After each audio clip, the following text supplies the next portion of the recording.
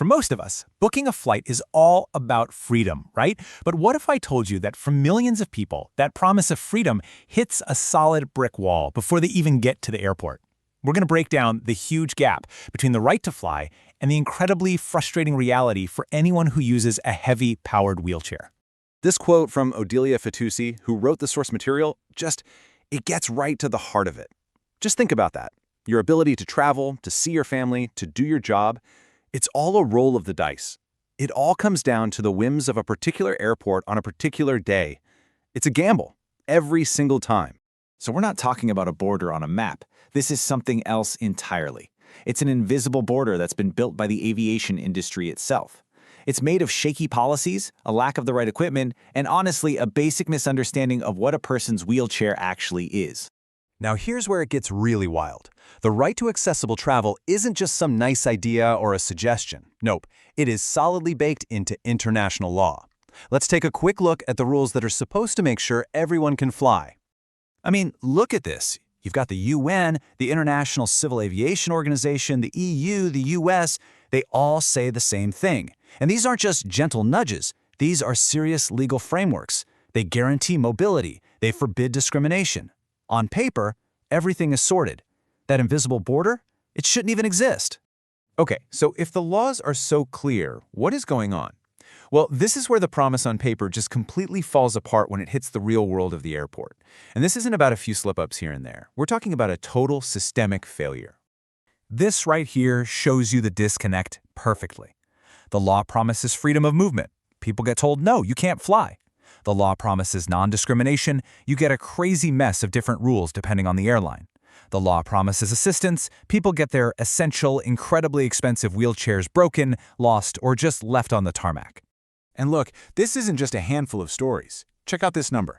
Over 49,000 disability-related complaints were filed in 2023. That is a massive number. And you've got to remember, every single one of those is a person whose trip was ruined, whose rights were ignored, and whose independence was put at risk. And if you think that's bad, the trend is even more worrying. This problem isn't just staying the same, it's getting so much worse.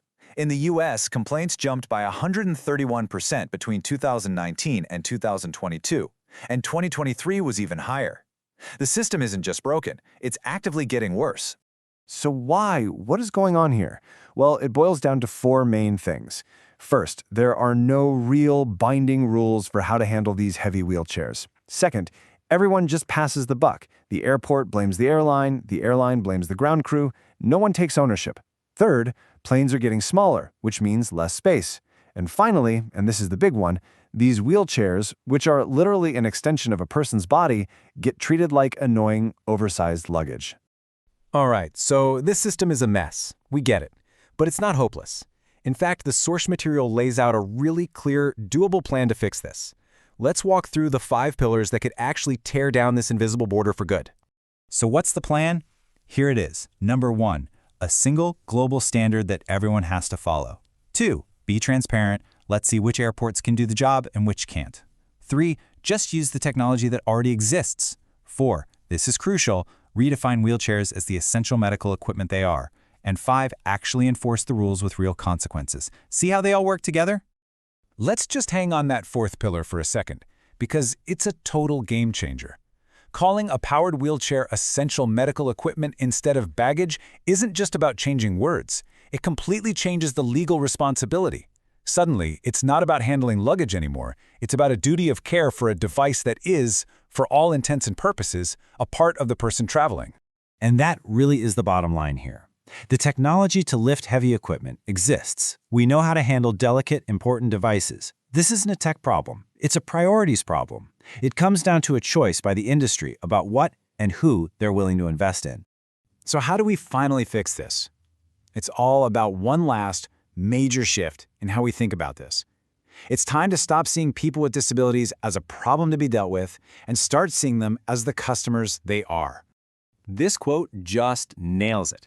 This isn't about asking for special treatment or a favor. It is about a customer demanding the exact same service that every other paying customer gets. It's about making the promise of air travel real for everybody.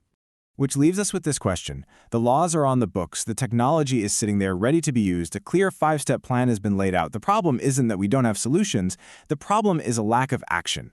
The path is there, the only question left is when the aviation industry will finally decide to walk it.